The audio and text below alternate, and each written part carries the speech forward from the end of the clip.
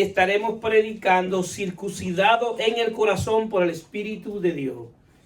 La circuncisión que viene al corazón. Bien, y estaremos hablando de Romanos 2:25. Dice, pues en verdad la circuncisión aprovecha si guardas la ley, pero eres transgresor de la ley, tu circuncisión viene a ser incursión. Si pues el incursiso guardase la ordenanza de la ley, no será tenido su incursión por circuncisión.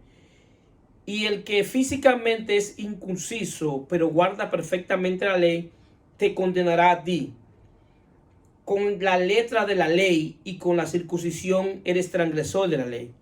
Pues no es judío el que lo es exteriormente, ni es el de la circuncisión la que se hace exteriormente en la carne, sino que es judío el que lo es en el interior, y la circuncisión en el corazón, en espíritu, no en letra. La alabanza del cual viene de los hombres, no viene de los hombres, sino de Dios. La palabra de Dios está bendecida. La circuncisión en el corazón por el Espíritu de Dios. Queridos hermanos, cuando nos acercamos a la Biblia, tenemos que ver la Biblia como un solo libro. Y es un solo libro que está dividido en un Antiguo Testamento y un Nuevo Testamento. Y para tener una buena interpretación de las Sagradas Escrituras, tenemos que ver lo que Dios dice en el Antiguo Testamento y cómo lo dice en el Nuevo Testamento. Porque la circuncisión es algo que se estableció en el Antiguo Testamento y algo que se establece en el pacto que Dios hace con Abraham. En Génesis 17, Dios establece la circuncisión como señal del pacto de Dios y Abraham. Era una señal. En aquellos tiempos no había papel y todos los pactos se señaban con una señal. Y la señal del pacto, de la promesa que Dios le hizo a Abraham, entonces estaba manifestado como por la circuncisión. Pero era solamente una señal. Ahora bien, también todos los hijos de Abraham, la descendencia de Abraham, debían circuncidarse a los 8 días de nacido. Jesús también se circuncidó. Entonces, esta señal te daba identidad, te daba una identidad que tú pertenecías al pueblo de Dios y que estaba bajo el pacto con Dios, que había un pacto especial con Dios. Entonces, luego, cuando Dios llama al pueblo de Israel ya como pueblo, también establece la circuncisión como un pacto. También le ordenaba a ellos dentro de la ley que tenían que circuncidarse. A los 8 días de nacido el bebé tenía que ser llevado al templo para la circuncisión. Entonces, esto identificaba que cuando ese bebé era circuncidado, entraba al pacto de Dios, al pacto de Dios que hizo con Abraham de la promesa y al pacto de Dios que Dios hizo con el pueblo de Israel, donde le iba a dar la tierra de Canaán. Entonces, ¿qué pasa? En Deuteronomio 6:4 dice Dios hablándole a Israel: oye Israel, Jehová nuestro Dios, Jehová uno es, y amará a Jehová tu Dios con todo tu corazón, con toda tu alma, con toda tu fuerza. Y estas palabras que yo te mando hoy estarán sobre tu corazón. Entonces, ¿qué pasa? Dios le estaba ordenando que tenían que amar a Dios con todo su corazón, toda su mente y toda su alma. Y establece que la palabra que Dios le estaba diciendo, que Dios le estaba hablando por medio de Moisés como mediador, ellos tenían que guardarla en el corazón. Pero, ¿qué pasa? Esas palabras no estaban fuera, estaban escritas en la tabla, estaban escritas por los mandamientos que Dios le había dado a Moisés como mediador. Ahora bien, ¿qué es lo que sucede? ¿Cuál es el problema que hay aquí? Que el hombre, producto de su naturaleza pecaminosa, hace que sea imposible que ame a Dios. ¿Por qué? Porque el corazón tiene un problema, que nosotros nacemos siendo enemigos de Dios. En todo nuestro ser interior, nuestra mente, en nuestra alma es enemigo de Dios. El alma nuestra ama las tinieblas y el alma nuestra ama las cosas del mundo. Entonces, eso hace que sea enemigo de Dios. Pero más aún el corazón, que es la parte en términos espiritual que conecta el espíritu del hombre con el alma. Es un conector y conecta la parte del espíritu y el alma. Entonces, ¿qué pasa? En el amor, en el corazón habita el amor y la conciencia. Es decir, que para que la gente tenga conocimiento de Dios y la gente pueda amar a Dios, Dios tiene que venir a su corazón para que ellos puedan conocerlo y amarlo. Entonces, ¿qué pasa? También el corazón sirve como un depósito. Un depósito que nosotros guardamos cosas, tanto cosas buenas como cosas malas. Por eso hay cosas que nosotros todavía guardamos de nuestra vida anterior. Hay cosas que no han hecho que todavía guardamos de nuestra vida anterior porque la hemos guardado en nuestro corazón. También hay un problema con el corazón, que el corazón, como es un depósito, a veces todos los depósitos, si tú le metes muchas cosas, ¿qué pasa? Se llena. A veces el corazón está lleno de nosotros mismos, de nuestros deseos, está lleno de las que nosotros queremos para nosotros. Y tenemos el corazón centrado en nosotros mismos. Y por eso muchas veces el corazón comienza a buscar cosas para llenar un vacío. Comienza a buscar cosas materiales, cosas físicas, diversiones y cosas que están afuera para llenar ese vacío. ¿Cuál es el problema? Que si nosotros llenamos el corazón de nosotros mismos y de las cosas terrenales, no le vamos a dejar espacio a Dios para que Dios habite en nuestro corazón. Por eso en el proceso de transformación de nuestra, Dios tiene que sacar muchas cosas de nuestros corazones. Tiene que comenzar a desenvolver nuestros corazones para que para Dios poder habitar y ministrar en nuestros corazones por medio de su Espíritu. ¿Qué pasa? Dios sacó al pueblo de Israel de Egipto. Y si nos damos cuenta en la narrativa bíblica, desde que Dios lo sacó de Egipto, era advirtiéndole muchas cosas. Dios le habló de la obediencia, de los beneficios de la obediencia y de la consecuencia de desobedecer. Dios le habló de las consecuencias de la idolatría. Dios le habló de cumplir los 10 mandamientos, la ley moral de Dios. Y Dios le habló de la consecuencia de olvidarse de Dios. Dios le habló de la ley de Dios. Dios le habló tantas cosas. Pero, señores, todo lo que Dios le dijo, a ellos se lo olvidaba. Y todo lo que Dios le prohibía, ellos lo hacían. Dios le habló de la idolatría. Y lo primero que hicieron cuando Moisés se desapareció por 40 días fue hacer un becerro de oro y adorarlo. Y decirle, este es nuestro Dios. Cuando vieron que el Dios que los sacó de Egipto era un Dios que no era físico, era un Dios espiritual, que tuvo que buscar un mediador. Era un Dios que ni siquiera hablaba directamente con ellos, sino con el mediador. Es un Dios que ellos vieron que le abrió el mar rojo. Un Dios que cuando tenía hambre le dio de comer. Un Dios que cuando tenía sed le dio de beber. Un Dios que puso una nube que lo cubriera en el día por el sol. Y puso también una llama de fuego que lo cubría, que alumbraba en la noche. Y un Dios que mientras ellos caminaban, la ropa que salieron de Egipto, la ropa crecía con ellos. Y nunca perdió el color y siempre estuvo ajustada a ellos. Ellos vieron un Dios extraordinariamente maravilloso que aún en medio de la desobediencia nunca se olvidó de ellos. Aún ellos desobedeciendo, cuando ellos eran llevados cautivos, Dios levantaba de ese cautiverio un profeta para darle palabra de parte de Dios. Entonces, ¿qué pasa? Eso era consecuencia de su corazón. Del corazón que pertenece a una raza caída. El corazón que pertenece a la descendencia de Adán. Un corazón que está dañado en términos espiritual y por el cual no puede tener una devoción genuina y espiritual por Dios. ¿Qué pasa? Dios, al ver todo esto, en Deuteronomio 10, Dios renova el contrato, el pacto con ellos. Y hace una renovación del pacto. Viendo que ellos no pueden cumplir con el pacto, Dios hace una renovación. Y le hace entender algo importante, que el problema de ellos, que ellos no podían obedecer a Dios ni servirle a Dios, era porque su corazón tenía problemas en términos espirituales. Y ellos no podían obedecer, no podían recordar a Dios y las cosas que Dios hacía por ellos, y no podían cumplir la ley.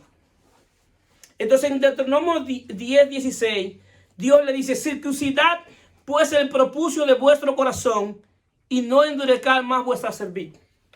Dios le dice, el problema de ustedes está en el corazón y ustedes tienen que circuncidarlo para que me puedan servir. Pero otra cosa, no enderezar nuestra cerviz. Nuestra cerviz es cuando ustedes han visto un caballo que le ponen una soga para poderlo dirigir. Y cuando el caballo no quiere que lo dirijan, ¿qué hacen? Endurece esta parte. Y a endurecer esta parte, entonces el que está en el caballo no puede guiarlo. Y Dios le está diciendo, no endurezcan nuestra servir para yo poder dirigirlo. Pónganse suave para yo poder dirigirlo. Entonces, así mismo, en la iglesia hay muchos cristianos que endurecen su servir, que Dios quiere dirigirlo. Dios quiere dirigirlo para que ellos hagan su voluntad. Dios quiere dirigirlo para que ellos le conozcan. Dios quiere dirigirlo para que tengan una vida devocional por Dios. Dios quiere dirigirlo para que vivan una vida en obediencia. Dios quiere dirigirlo para que vivan una vida de alabanza. Dios quiere dirigirlo a que vivan una vida de entendimiento de su palabra, pero ellos endurecen a servir. Entonces, una de las cosas que Dios les manda es que circunciden el corazón y que no endurezcan su servir. Pero yo quiero someter una pregunta a consideración.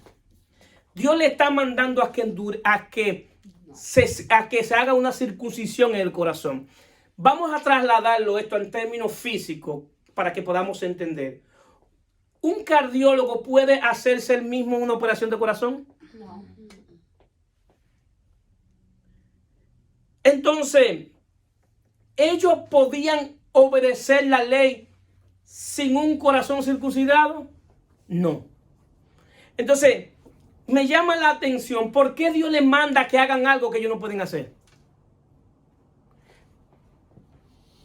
¿Por qué Dios le está mandando a que ellos se circunciden si ellos no pueden hacerlo?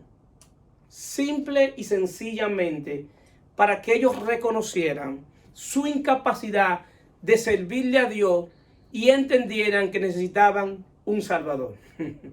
Que cuando Cristo apareciera, ellos vieran que el único que podía hacer esa circuncisión en ellos era nuestro Señor y Salvador Jesucristo. Y eso es lo que Juan el Bautista le dice. Juan le dice que cuando van a acercarse a él dice que él bautiza con agua, pero el que viene después de mí lo bautizará con Espíritu Santo y fuego. Porque en eso consiste la circuncisión en el corazón. Que es una obra del Espíritu, pero también es una obra de fuego. Porque es una obra que viene a quemar todo aquello que no procede de la naturaleza de Dios, que procede de nuestra naturaleza caída. ¿Cuánto están entendiendo? Entonces, eso fue anunciado, pero no solamente fue anunciado por Juan el Bautista, también es anunciado por los profetas en el Antiguo Testamento. Porque podemos decir, bueno, Juan es el profeta que profetizó ya en los evangelios, pero Juan pertenece a la ley, Juan profetizó en medio de la ley. Juan es el profeta que viene de transición, que conecta la ley con la gracia. Es el profeta de transición, es quien viene a abrir el camino. ¿Para qué? Para que cuando la gente apareciera a nuestro Señor y Salvador Jesucristo, el mensaje de Juan el mensaje de Jesús no le pareciera desconocido. Por eso el mensaje de Juan el Bautista y el mensaje de Jesús es el mismo. Es el mismo para llevar a la gente al arrepentimiento y al bautismo. Juan lo bautizaba en agua, pero Jesús nos va a bautizar en Espíritu Santo y fuego, que es un bautismo superior. Pero eso también entonces es anunciado por Ezequiel 36:25. En el antiguo pacto es anunciado, y es anunciado también por otro profeta, por Jeremías, donde habla que este será el pacto que haré con mi pueblo. Pero quien más completo lo dice es Ezequiel 36, del 25 en adelante. Dice: esparciré sobre vosotros agua limpia, y seréis limpios de toda vuestra inmundicia. Esa agua limpia está hablando de la palabra de Dios. Eso es un simbolismo que está utilizando ahí. Y el agua limpia es la palabra de Dios. Pero esa agua limpia nos va a limpiar cuando nosotros esa palabra la pongamos por obra. Si esa agua solamente limpia, si no somos oidores olvidadizos, si esa palabra que se viene de Dios por medio de su Espíritu, cuando la escuchamos y decimos un amén, cuando salgamos de aquí, esa palabra que el Señor está estableciendo, la pongamos por obra. Cuando se ponga esa palabra por obra, entonces esa palabra, ¿qué comienza? A limpiarnos. A limpiarnos. Entonces dice: y de toda vuestra inmundicia os limpiará. Os daré corazón nuevo y pondré espíritu nuevo sobre vosotros. y quitaré de vuestra carne el corazón de piedra, y os daré un corazón de carne, y pondré dentro de vosotros mi espíritu, y haré que andéis en mis estatutos, y guardéis mis preceptos, y lo pongáis por obra. El profeta Ezequiel está diciendo que de la única manera que ellos pueden andar obedeciendo a Dios y haciendo la voluntad de Dios es si nacen de nuevo. Es decir, Dios le da un nuevo espíritu, un nuevo corazón y una nueva mente. Y el Espíritu de Dios entonces comienza a operar dentro de ellos, y ellos van a comenzar a obedecer a Dios, pero porque tenían la naturaleza de Dios. Pero está hablando de un proceso. Está hablando de que en el proceso de que vamos poniendo la palabra por obra, el Espíritu de Dios va obrando en nosotros. Y dice que quitará un corazón de piedra. ¿Por qué establece que el hombre tiene un corazón de piedra? Porque el hombre sin Dios desde la caída perdió toda la sensibilidad espiritual para tener una relación con Dios. Y tiene que ver que el corazón se cauteriza y no siente la presencia de Dios, ni siente la amonestación de Dios, porque la piedra no tiene sensibilidad. Le está diciendo, le voy a dar un corazón para que sean sensibles a mi espíritu, para que sean sensibles a mi palabra, para que sean sensibles y puedan ser dirigidos por mi espíritu, para que haya una transformación. Pero tengo que darle un nuevo espíritu, pero también tengo que darle un nuevo corazón. Esto es una palabra que tiene, es una profecía que tiene una naturaleza mesiánica, que tiene una naturaleza que iba a suceder cuando Cristo apareciera. ¿Por qué? Porque esto iba a suceder después de la muerte y la resurrección de Jesucristo. Entonces, por eso ya cuando venimos a la carta de los Romanos, Pablo viene a hablar de algo que no es invento de Pablo. No es que Pablo está diciendo, mire, le voy a traer una teología nueva. Pablo está hablando conforme a lo que Pablo leyó más atrás, conforme a lo que Dios le había dicho a ellos en Deuteronomio 10 y conforme a lo que los profetas habían dicho, conforme también a lo que le dijo Jesús a Nicodemo, hablando del nuevo nacimiento, de que para entrar al reino de Dios hay que nacer del agua y del espíritu. Entonces, esto, teología de Pablo, no es nueva. Pablo aquí no puso nada nuevo al fundamento. Él edificó sobre el fundamento que Dios ya había establecido. ¿Cuántos están entendiendo? Entonces, ¿qué sucede? La carta de los Romanos, en términos personales, es la carta doctrinal más completa. Doctrinalmente, es la carta más completa. Si alguien me preguntara a mí, Ariel, para ti, ¿cuál es el teólogo más grande que ha dado la humanidad? Yo digo, el teólogo más grande que ha dado la humanidad es el apóstol Pablo. Si usted lee Romanos del 1 hasta el final, va a ver la estructura que Pablo tiene en esa carta, desde el 1 en adelante. Y doctrinalmente es la carta más completa, como decíamos anteriormente. Entonces, ¿qué pasa? En esta carta, Pablo toma a los gentiles en el capítulo 1 y los sienta en el banquillo de los acusados. Y Pablo está actuando como un fiscal que lleva a un acusado ante un juez. Y él, como fiscal, comienza a acusar a esa persona que él llevó y que lo tiene en el banquillo de los acusados. Y en el capítulo 1, él acusa a los gentiles. Y él establece que los gentiles van a ser condenados por un delito. Y el delito que lo iba a condenar era que no habían dado gloria ni honra a Dios. Que lo que Dios le había mostrado, que la misma creación daba testimonio de Dios. Que aunque ellos no conocían a Dios, en su conciencia debieron decir, existe un creador, existe un Dios. Porque la naturaleza, la creación, da testimonio de que alguien la creó. La perfección de la creación tiene que ser de alguien que es perfecto, de alguien que es sabio, de alguien que es inteligente. Esta creación no puede nacer de la nada. Tiene que ser alguien que es pensante y que tiene sabiduría. Y dice Pablo que ellos, en vez de darle gloria a Dios y honra, le dieron gloria a lo creado. Comenzaron a darle gloria a las criaturas y crearon cosas en forma de criatura y la adoraron y no adoraron a Dios. Y lo condena por esta situación. ¿Qué pasa?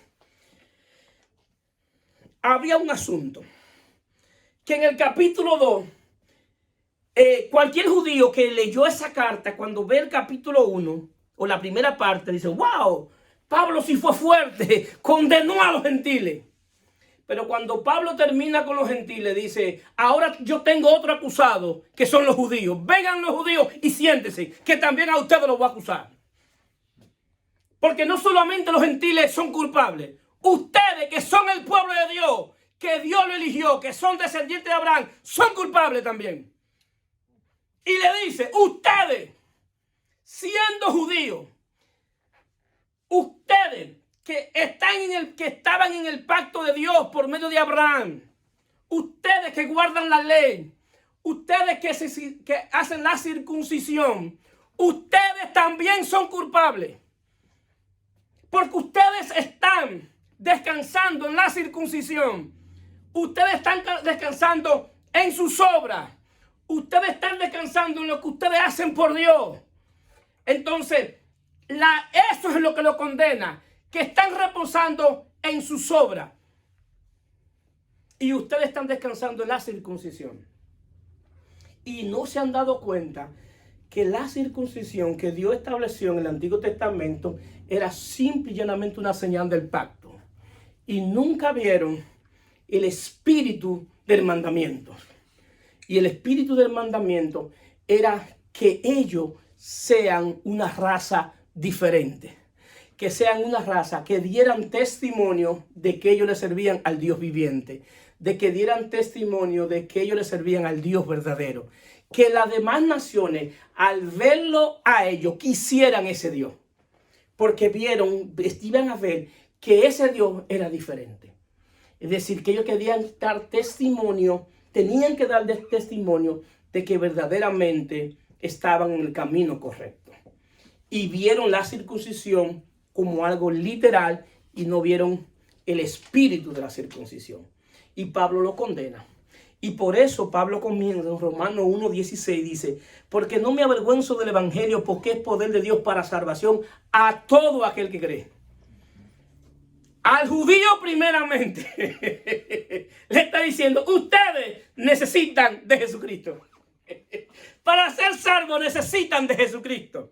Y dice, primeramente, judío primeramente y también al griego. Porque el evangelio de la justicia de Dios se revela por fe y para fe, como está escrito, mas el justo por la fe vivirá. Le está diciendo que ellos necesitaban un salvador, que necesitaban creer en Jesucristo para ser salvos. Pablo le está diciendo que lo que lo iba a salvar a ellos no era el antiguo pacto, que lo que lo iba a salvar a ellos no eran las obras que hicieran. El asunto es que cuando nosotros nos acercamos a las Escrituras y leemos las Escrituras, somos especialistas en leer para juzgar y condenar a otro. Porque, ¿qué pasa? Nosotros vemos y decimos, esa carta fue para los judíos, fue para aquellos que estaban haciendo obras para acercarse a Dios. Pero que la iglesia hoy no está muy lejos de lo que hacían los judíos. ¿Cuánta gente todavía cree que le hace falta algo para acercarse a Dios dentro de la iglesia? ¿Cuánta gente hoy cree que todavía no está completo? Y la palabra que leímos la semana pasada dice que estamos completos ¿en quién? En Cristo. En Cristo, es decir, que ya estamos completos. Entonces, ¿qué pasa? Aquí viene una pregunta, ¿qué se debe creer? Porque lo que Pablo quiere establecerle a ellos el fundamento en que ellos deben creer. Porque ciertamente ellos habían creído en que la ley fue dada por Dios y fue dada por Dios. En que la ley es justa, es santa y es buena porque procede de un Dios justo, santo y buena. La ley no es mala.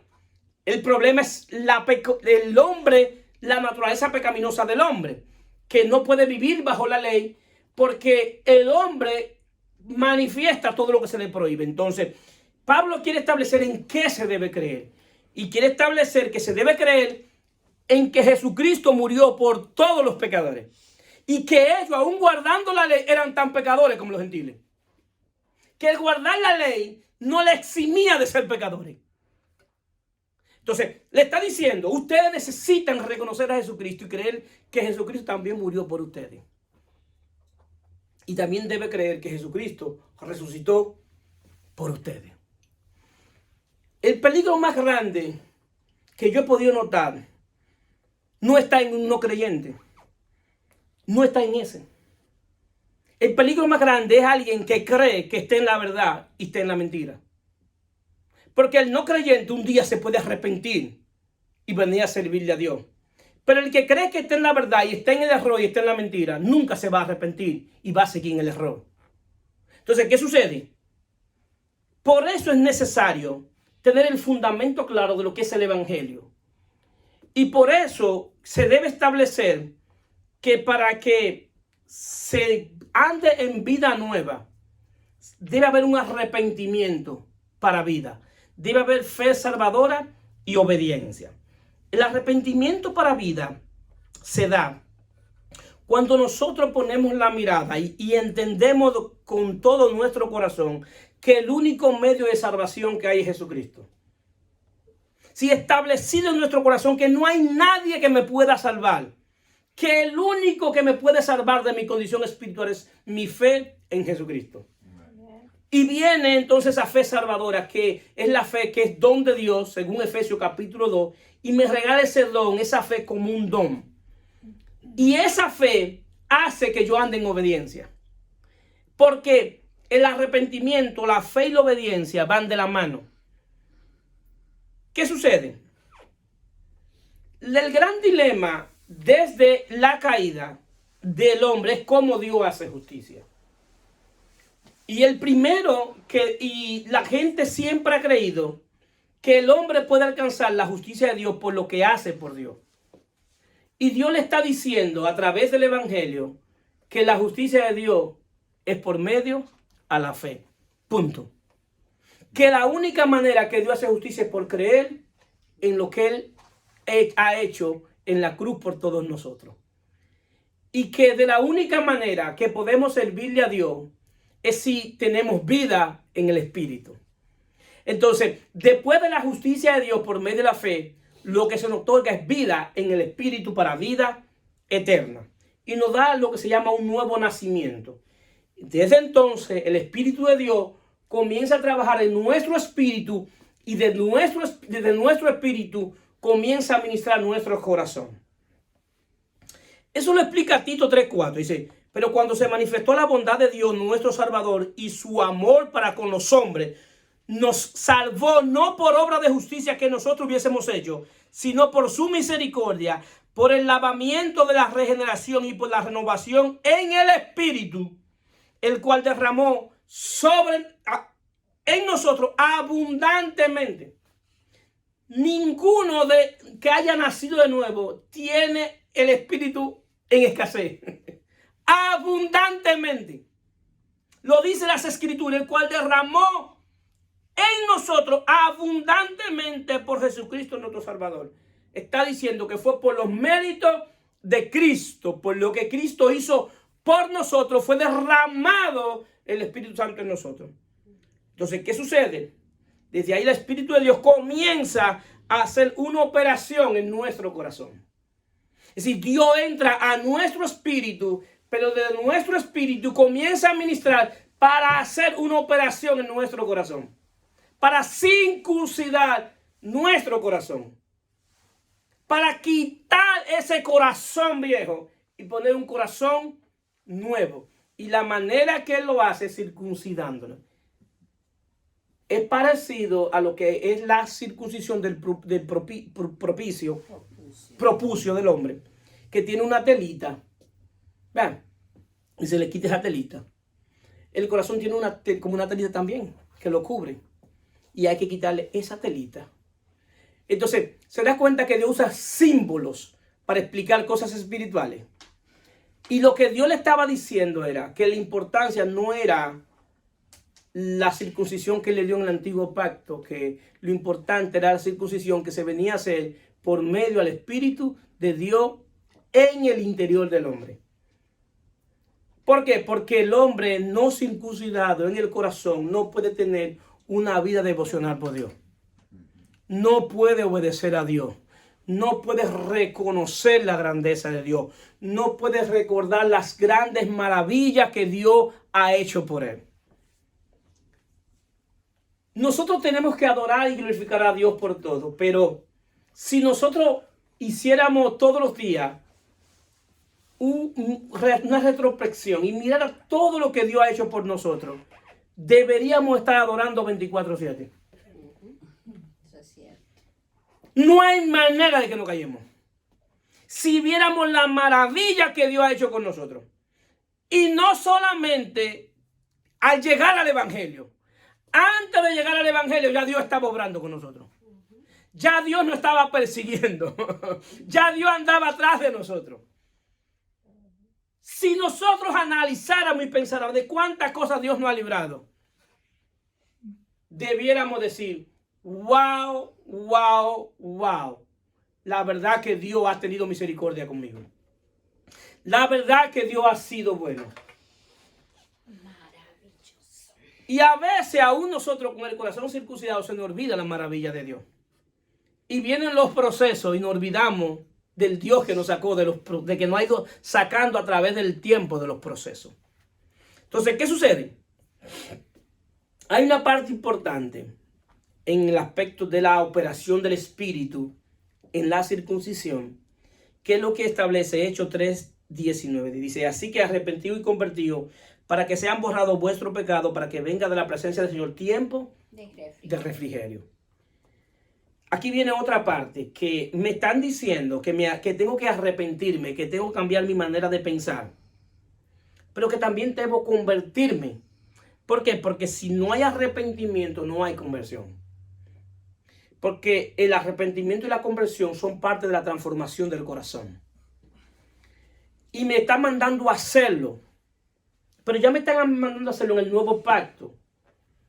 ¿Por qué me manda a hacerlo si eso es una obra de gracia, si es una obra que hace el Espíritu? Porque ya Dios depositó su Espíritu en nosotros para que podamos responder a lo que Él nos pide. Dios te pide en el nuevo pacto lo que tú puedes hacer por el depósito que ya tú tienes. ¿Cuándo estás aquí? Si Dios nunca te va a pedir algo que Él ya no haya provisto. Todo lo que Dios nos pide es porque ya estamos en capacidad de hacerlo. ¿Por qué? Porque ya Él depositó su espíritu en nuestro espíritu. Y desde ahí Él ejerce control. Entonces el arrepentimiento debe ser continuo y es metanoia, cambiar la manera de pensar. Y la conversión tiene que ver que el trayecto que yo voy caminando, que no es el camino de Dios, yo virarme hacia Dios y caminar hacia Dios. Que si yo sé que voy por ahí y este no es el camino de Dios, entonces yo lo que hago es que no sigo ese camino porque cambié mi manera de pensar. Y cuando cambio mi manera de pensar, entonces acepto el pensamiento de Dios. Quito mi pensamiento del hombre natural y acepto el pensamiento de Dios y me convierto a los caminos de Dios. Eso es conversión. Entonces todos nosotros debemos arrepentirnos y convertirnos todos los días. Porque todos nosotros tenemos cosas que debemos de cuales cambiar nuestra manera de pensar, ¿sí o no? Y todos nosotros debemos cosas que tenemos que convertirnos en el buen camino. Entonces esto es algo continuo. Pero la buena noticia es que dice, para que venga de la presencia de Dios tiempo de refrigerio. Es decir, que la falta de arrepentimiento y la falta de conversión trae situaciones espirituales a nuestra vida. Trae aflicciones, trae dolor, trae angustia, trae desespero, trae consecuencias. Tan sencillo como eso. Tan sencillo como eso. Es decir, la falta de arrepentimiento y la falta de conversión hace que andemos desprotegidos. Y la palabra que utiliza, que vengan tiempos de refrigerio, es la palabra que se utiliza para refrigerador. Un refrigerador, ¿qué es lo que hace? Que conserva lo que está dentro. Y usted puede entrar una carne al refrigerador y afuera puede estar quemándose de calor. Y dentro la carne, ¿cómo está? Protegida. ¿Por qué? Porque está refrigerada.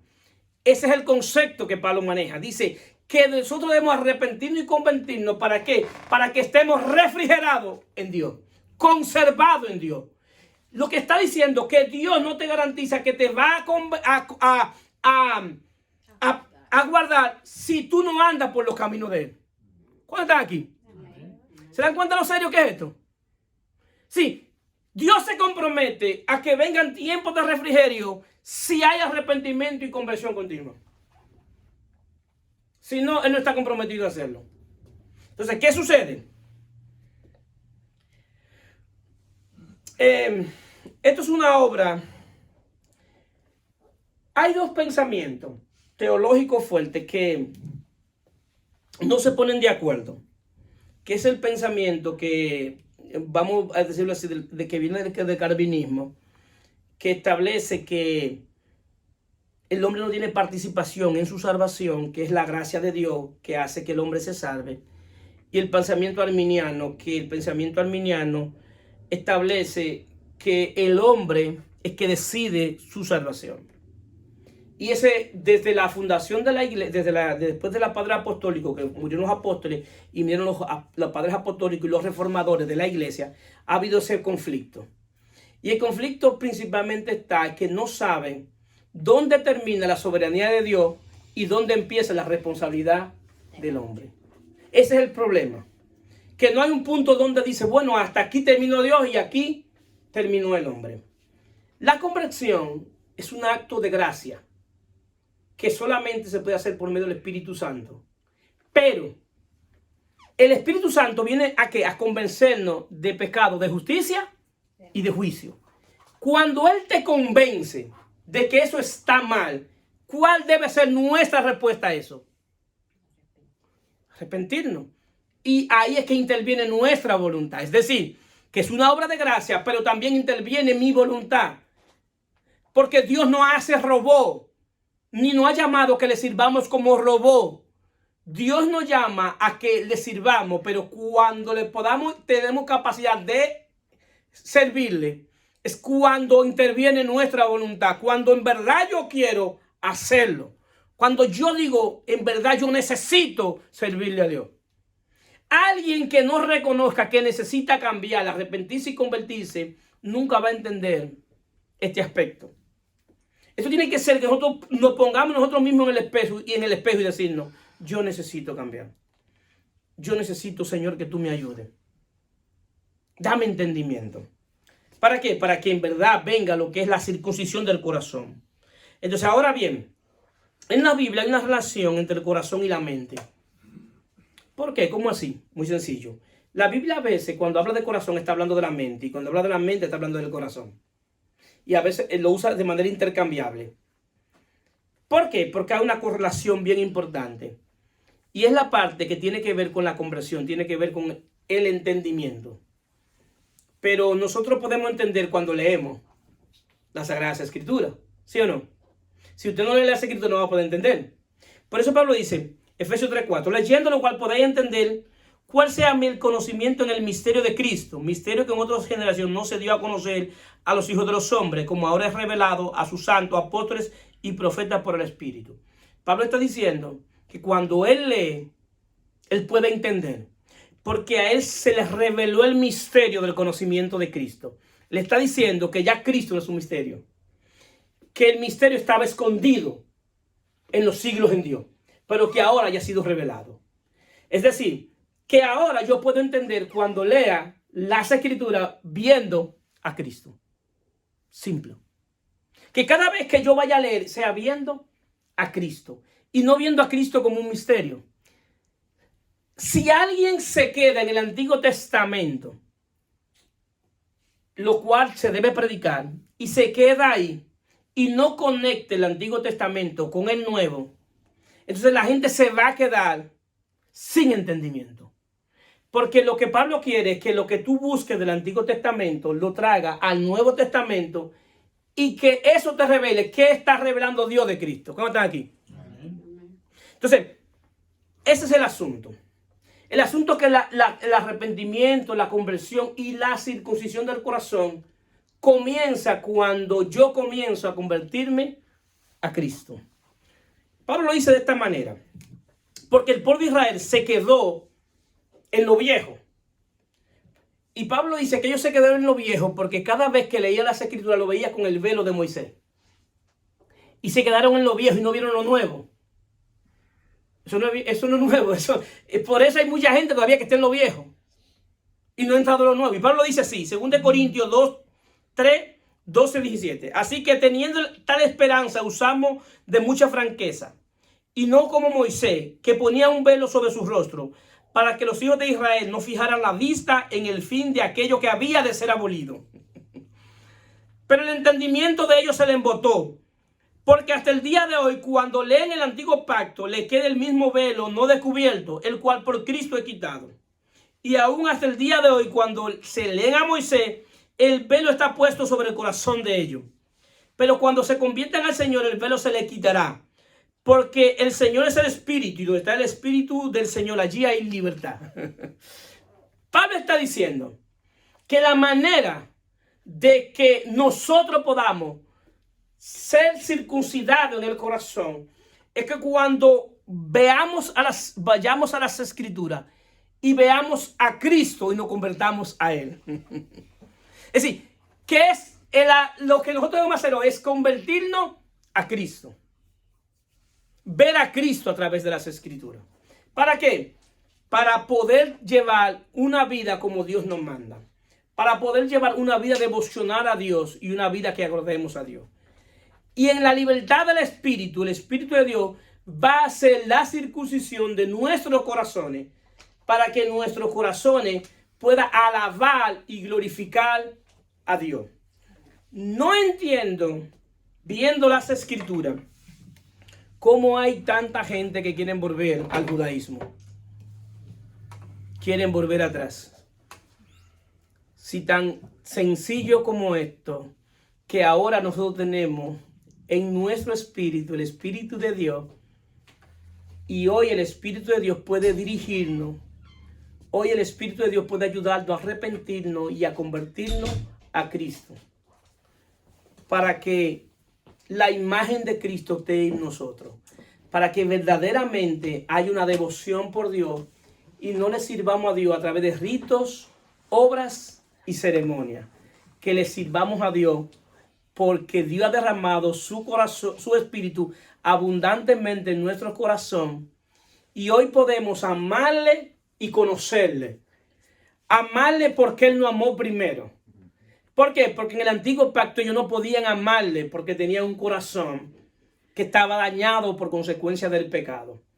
Y en el proceso de transformación, lo que Dios viene quitando es ese corazón pecaminoso y dando un corazón santificado, que es el corazón de Cristo, es el corazón de Él, y hace que podamos tener un corazón conforme al de Dios y tengamos nuevamente la sensibilidad de la sensibilidad que pone el Espíritu de Dios en nosotros y poder ser sensible nuevamente, porque el hombre sin Dios ha perdido la sensibilidad, y podamos servirle a Dios libremente, en amor, conscientemente, con toda nuestra mente, nuestro corazón y toda nuestra alma. Que nuestra vida sea un constante alabanza y glorificación de Él por lo que Él ha hecho fuera de nosotros y por lo que Él está haciendo en nosotros.